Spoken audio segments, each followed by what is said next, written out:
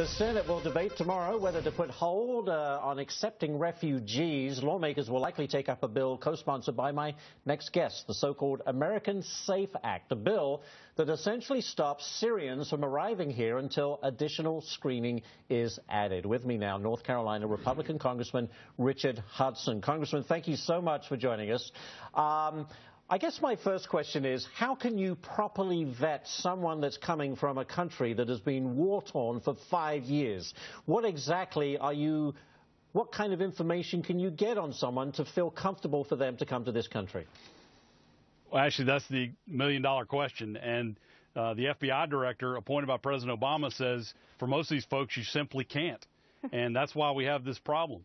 You know, we tried to come up with a solution that got a bipartisan vote of 2/3 of the House back in November to try and address this. And what we simply are saying is stop the flow until you can put a process in place that the FBI director feels confident that each individual that we're allowing in has had a background check, and the Secretary of Homeland Security can say each individual is not a threat.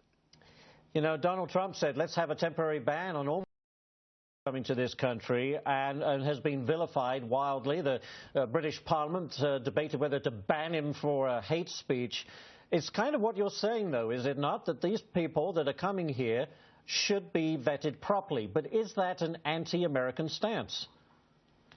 Well, there's been a lot of rhetoric on both sides about this Syrian refugee problem. What I've tried to do with my legislation is focus on the issue at hand, which is Syria and Iraq. The refugees coming to this country, the fact that our top law enforcement official says you can't vet them. And so I understand where Donald Trump's coming from. It's like my grandfather used to say, if there's a hole in the bucket, turn off the spigot first, then fix the bucket. It's that idea of why are we allowing folks to still come in that we can't vet them. But it's much more effective if we target them by the countries we're concerned about rather than trying to have some kind of religious test, which is not what this legislation does. So what reaction have you had so far to this bill? Do you feel you have enough support for it?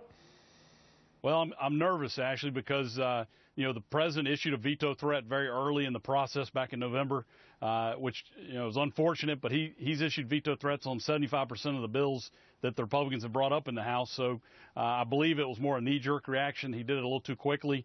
So my hope is getting this huge bipartisan vote in the House. If we can now get 6 Democrat senators to vote with us tomorrow to bring this bill to the floor, that maybe the president will reconsider, because, you know, the American people really want to feel safe. They want a process in place.